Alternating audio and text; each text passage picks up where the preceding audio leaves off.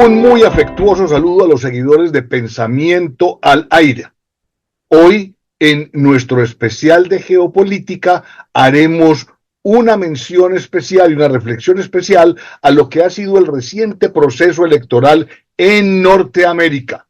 Recuerden, una cosa es el análisis histórico, los hechos antecedentes, precedentes, y el otro es el análisis de coyuntura. Teniendo en cuenta lo anterior, ¿y entonces qué alrededor de esto que está pasando hoy?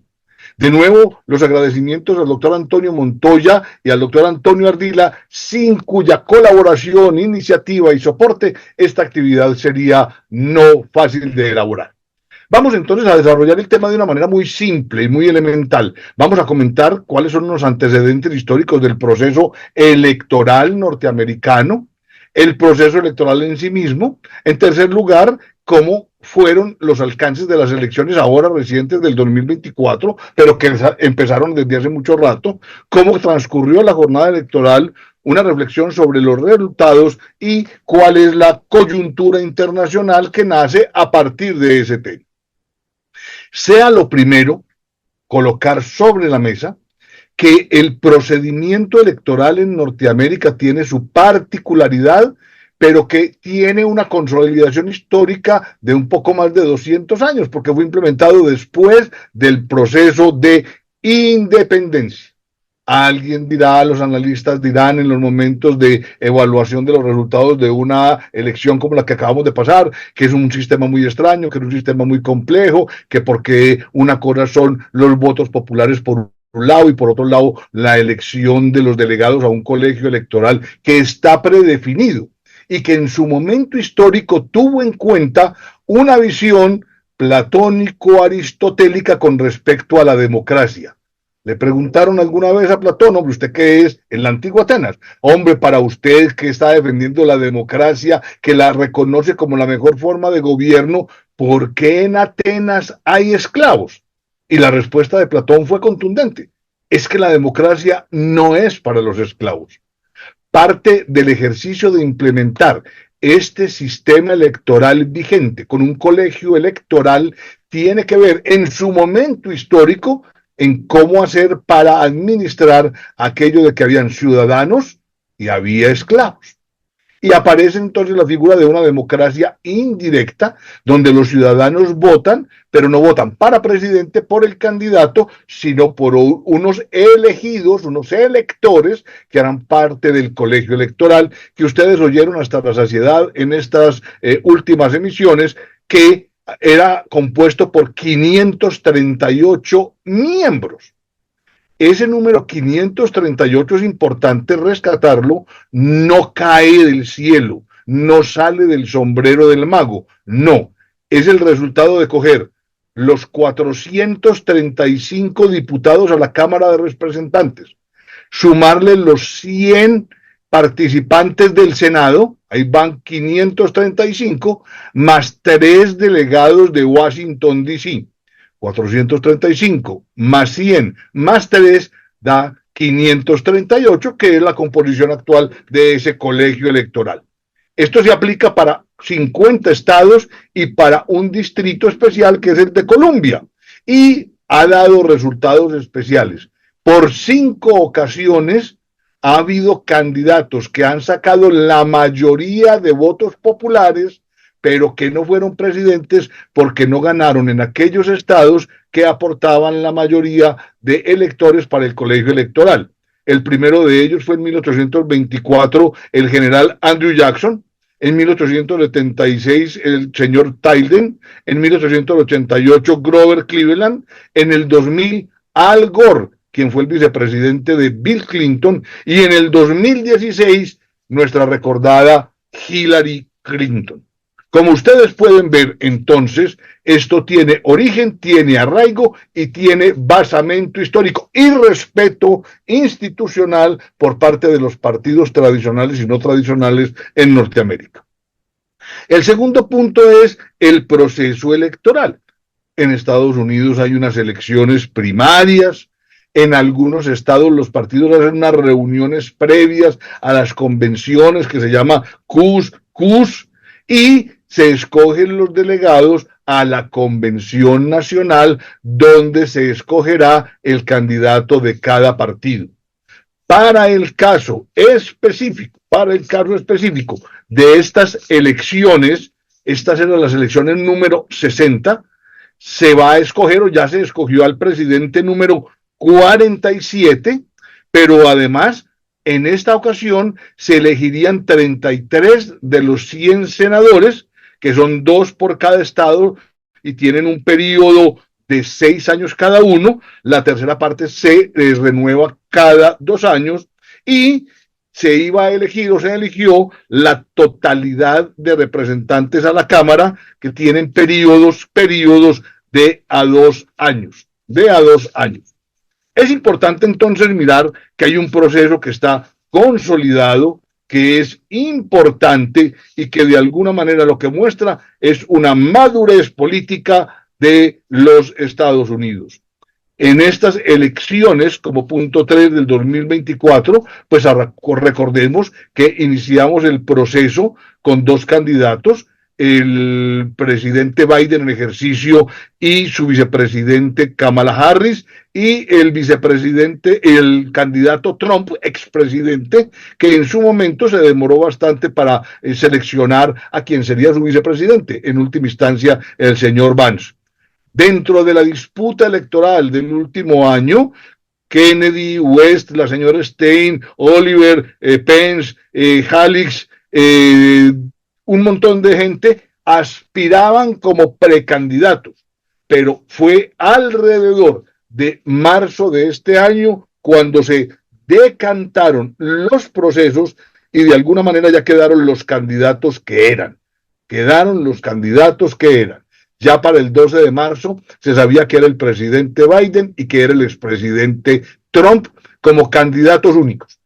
Dentro de las reglas de juego que habían establecido de una manera espontánea, había 2 debates televisivos. El primero se hizo en el junio 27 y le fue muy mal al presidente Biden, lo que lo llevó a renunciar a la candidatura. Y en ese momento entonces salió a la luz la idea de que fuera la vicepresidenta Kamala Harris, como debió haber sido desde el principio, la candidata. Hay que recordar que en su momento el presidente Biden fue el presidente de mayor edad al asumir el cargo, con 78 años. Los mismos años que hoy tiene el electo presidente Trump, y que arrancará su periodo en enero del año entrante. Muy bien. Es importante mirar entonces que esa jornada electoral se llevó de una manera, digamos, tranquila, pero con una agitación de ideas, de medios de comunicación alineados y de estrategias particulares por cada uno de los candidatos. Aparecieron como candidatos entonces Kamala Harris y el señor Walz como vicepresidente, candidato a la vicepresidencia, y el presidente y el expresidente Trump tenía como candidato a la vicepresidencia al señor Vance, quien en su momento fue inicialmente contrincante, pero posteriormente se alineó a la causa de Trump. De todas maneras, hay que entender que en una elección el interés es ganar. Y estas elecciones se caracterizaron por un montón de acontecimientos complicados. Se sabe del temperamento del candidato Trump y cómo utilizaba de alguna manera su retórica. Le ayudó mucho en la campaña, como quien no quiere la cosa, el atentado del cual fue víctima, pero fue una campaña en la que de alguna manera el lenguaje, los términos y muchas veces las expresiones que se usaron de lado y lado de las campañas para referirse al contrincante, pues daban muestras de un fervor, de un quehacer que dista mucho de la elegancia. Palabras como delincuente, loco, loca, comunista, mentirosa, entre otros tantos, eran de uso común en esta carrera de carácter electoral. En eso pues hay que estar claros. Uno podría decir que en Estados Unidos los estados tienen comunión con un partido específico, con un partido específico. Y se dice en las diferentes elecciones que aquellos estados que no tienen una definición muy clara por quién votar, se les denomina genéricamente estados bisagra. Para estas elecciones existieron 7 estados bisagra: Pensilvania, Carolina del Norte, Nevada, Michigan, Wisconsin, Georgia y Arizona. A quienes nos gustan ese tipo de ejercicios y veíamos cómo se desarrollaba el proceso de conteo electoral, veíamos cómo el mapa de Norteamérica se iba llenando de estados en rojo y eventualmente uno que otro estado en azul. A ese primer ejercicio donde aparecerían muchos rojos se le dice tradicionalmente el espejo o el reflejo rojo.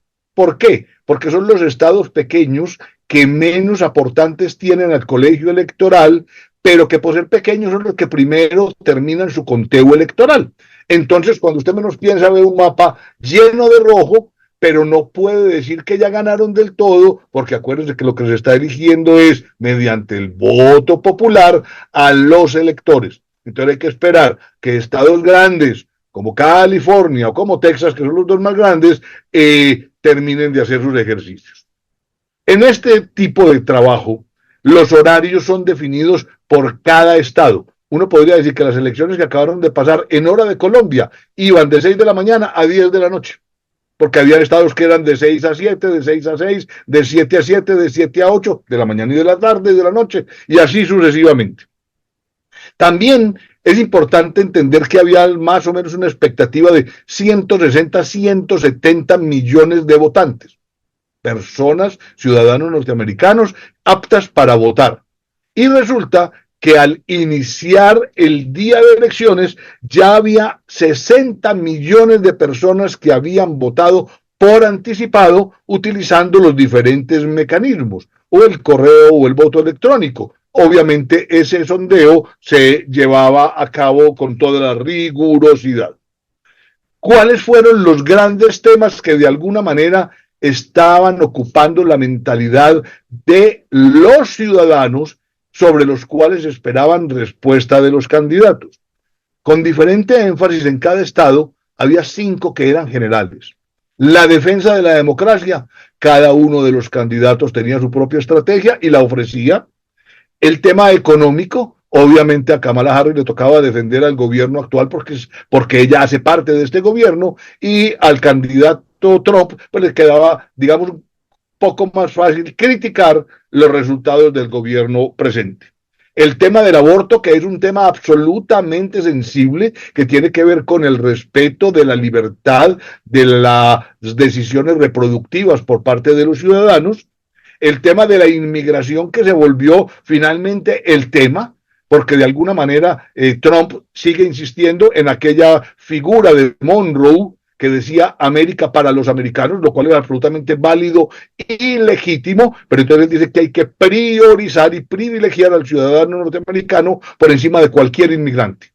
Digamos que en este asunto al presidente Biden le fue corriendo el tiempo y no puso mucha atención de manera directa a una gran estampida que había en Estados Unidos, como hubo en el mundo, aún en nuestro país Colombia por diferentes circunstancias, pero solamente se dice que más o menos 4,5 millones de personas llegaron a Estados Unidos de manera legal. Imagínense entonces cómo sería el tema de la llegada de la ilegalidad, Lamentablemente, se convirtieron los inmigrantes en objeto político. El quinto tema, pues no podía pasar de manera distinta, porque se quiera, se que no, al elegir presidente de Estados Unidos. Hoy, en este momento histórico, estamos, comillas, eligiendo al presidente del mundo. El tema de la política exterior se volvió también un tema muy importante. ¿Por qué? Porque es que en este momentico Estados Unidos tiene presencia y está actuando en primera línea en diferentes tipos de conflictos bélicos a lo largo y ancho del mundo. Ahora bien, recordemos que los resultados que se dieron fueron apabullantes, y dentro de una democracia madura como son ellos, obviamente la perdedora, la vicepresidenta Kamala Harris reconoció su derrota. Pero hoy, entonces, al presidente electo Trump le favorece un escenario con todo a su favor. Ganó en el colegio electoral, obtuvo la mayoría de los votos populares, consolidó mayoría en el Senado, consolidó mayoría en la Cámara, y hoy 6 de los 9 integrantes de la Corte Suprema de Justicia de alguna manera fueron electos durante su mandato por calendario, y de alguna manera él obviamente logró influenciar e influir en aquellas elecciones. Le corresponde entonces a él gobernar, y gobernar bien, porque no tiene excusa, todo lo tiene a su favor. Es muy posible que estemos hoy ante uno de los mejores gobiernos que puedan suceder en Estados Unidos en términos de gobernabilidad, o en un gobierno que se distraiga y de pronto cometa pecados de omisión y no aproveche estas coyunturas que son absolutamente favorables. Ahora, una cosa que es importante ya dentro de la práctica de la política y el ejercicio gubernamental es que él como presidente no va a tener el distractor de la reelección, porque es que por norma constitucional una persona no puede ser sino 2 veces presidente de Norteamérica, ya sea de manera continua o discontinua, y este sería el segundo mandato de Trump. Una cosa importante es que entonces a los demócratas les tocará ejercer la oposición, pero no solamente ejercerla, sino buscar, rescatar y preparar líderes que sean precandidatos para dentro de 4 años, porque dentro del escenario político no se ve todavía ninguna persona de presencia o de proyección nacional e internacional. Allá sí funciona el esquema gobierno-oposición, y entonces le corresponderá a los demócratas ejercerlo. Ahora bien, si ustedes se detienen, hay que comparar la figura del candidato vicepresidencial demócrata, el señor Walsh, con el señor Vance, que es el vicepresidente electo por parte del Partido Republicano. Si las cosas se dan como se tienen que dar, o como lógicamente se deberían dar, yo diría que por la juventud que tiene el vicepresidente electo, puede ser un muy buen precandidato para dentro de 4 años. Dentro de las cosas que se dijeron en esta campaña electoral, unas lógicas, otras no lógicas, todas respetables dentro del fragor de la competencia, se decía que una de las condiciones que podía generar reacción con respecto a la señora Kamala Harris es que era un poco izquierdosa.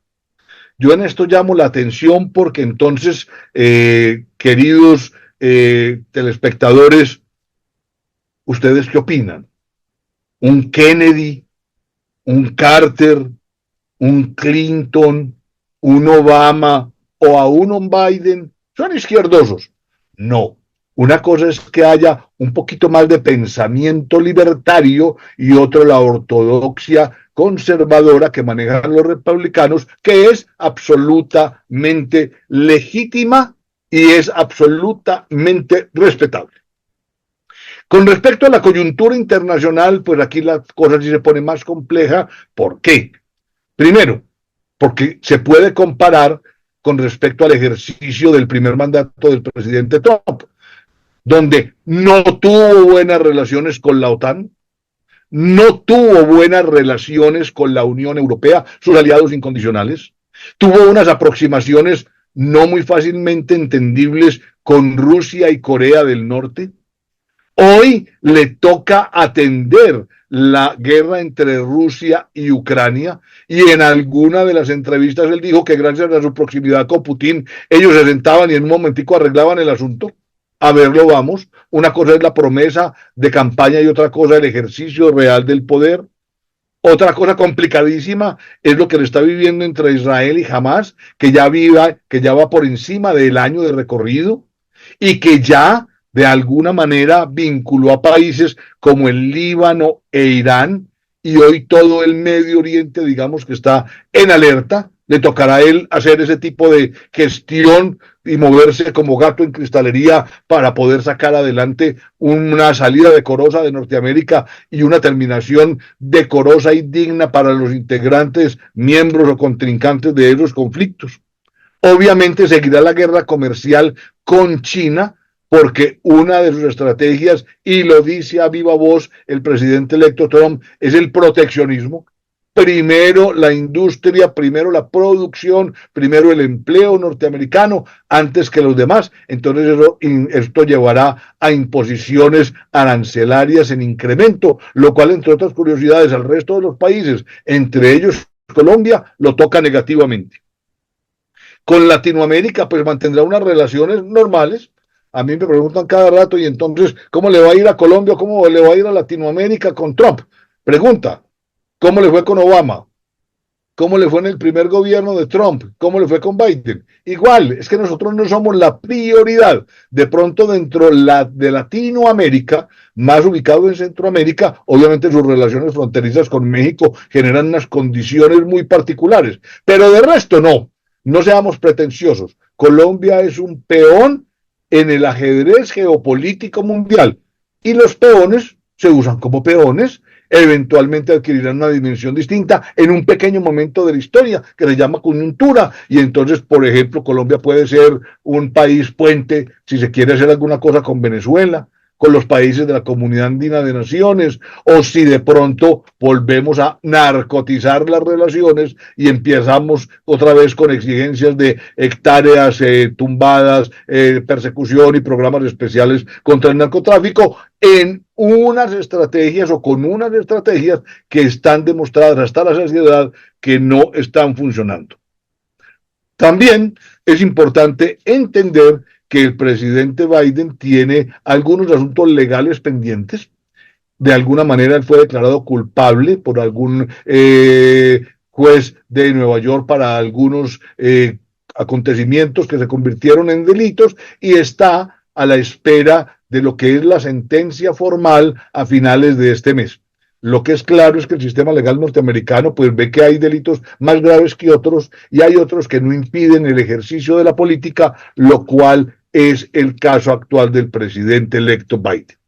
Una cosa que es importante para terminar era hacer un análisis muy rápido de quiénes votaron por quién. Doctor, Dijo, repite que dijiste que del presidente Biden. No era Trump. Sí, Trump, claro. sí, repite esa última frasecita para que retome desde ahí. Bueno, lo cual es el caso del presidente electo Trump. Una cosa que es importante que tengamos en cuenta es quiénes fueron los que votaron a favor y en contra de los candidatos que se presentaron, porque los resultados son muy especiales. Por Kamala Harris votó el 43% de las mujeres y el 53% de los hombres. Ganaron los hombres con Trump. Las mujeres, el 54% votó por Kamala y el 44% por el presidente electo Trump. Los blancos, 43 por Kamala, 55 por Trump. Los negros, 86 por Kamala, 12 por Trump. Los latinos, 53 por Kamala, 45 por Trump. Los asiáticos, 55 por Kamala, los 39% por Trump. Otros 41 por Kamala, 55 por Trump. En términos de edad, esto es importante no solamente por el impacto que tuvo ahora, sino por lo que puede suceder en 4 años. Entre 18 y 29 años, el 55% votó por Kamala y el 42% por Trump. Entre 30 y 44 años, el 51% por Kamala y el 45% por Trump.